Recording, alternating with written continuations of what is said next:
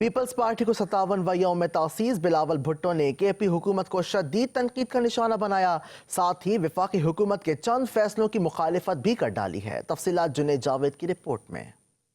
Peoples party کے 57ویں یوم تاسیس کا جلسہ محمود آباد کے ریلوے گراؤنڈ میں سجایا گیا، جس میں کارکنان کا جوش و ولولہ دیکھنے کے قابل تھا۔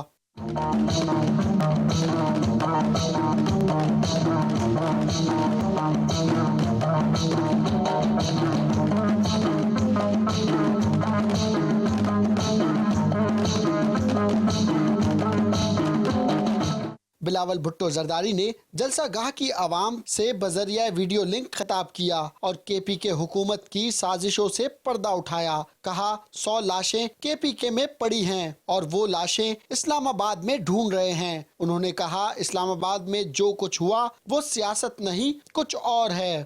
بہت الارمنگ ایمرجنسی کرائسس سچویشن پیدا ہو رہا ہے، rate of the state collapse ہوتا جا رہا ہے، جس کا سب سے پہلا ذمہ داری ہے لا اینڈ آرڈر کا، امن و امان قائم کرنے کا، ان لوگوں کو جانوں کو تحفظ دلوانے کا۔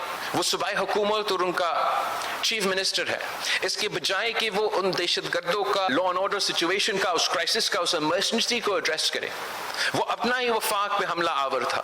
پاکستان کے عوام کی 100 سے زیادہ لاشیں موجود ہے وہ پختونخوا میں، اور وہ 100 سے زیادہ لاشیں کی تلاش میں ہے اسلام آباد میں۔ بلاول بھٹو نے حکومتی صفوں میں کے پی کے میں گورنر راج لگانے کے معاملے اور تحریک انصاف پر پابندی کے حوالے سے بھی عوام کو بتا دیا۔ کہتے ہیں ابھی تک ہم سے کوئی مشورہ نہیں ہوا۔ آج بھی ذمہ داری ہے صوبائی حکومت کو کہ امن قائم کرے، اگر وفاقی حکومت کی مدد ضروری ہے تو وفاقی حکومت کا مدد منگوائے۔ بلاول بھٹو زرداری نے وفاقی حکومت کو بھی اپنے تحفظات بتا دیے۔ کہا آئی ٹی سیکٹر اور زراعت کے شعبے میں کیے گئے فیصلے پر نظر ثانی کی ضرورت ہے۔ ہمارا زراعت کا شعبہ ہے جو پاکستان پیپلز پارٹی سمجھتی ہے ہماری معیشت کی بیک بون ہے۔ میں اپیل کرتا ہوں وفاقی حکومت سے کہ وہ نہ صرف صوبائی حکومتوں سے انگیج کریں مگر صوبائی حکومتوں کی بات سنیں۔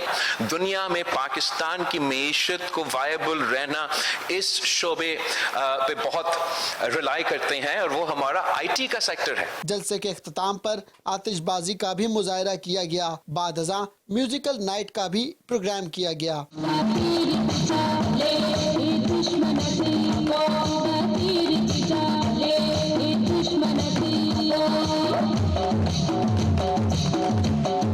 کیمرہ مین گلفام شیخ کے ساتھ جنید جاوید، 5 نیوز، کراچی۔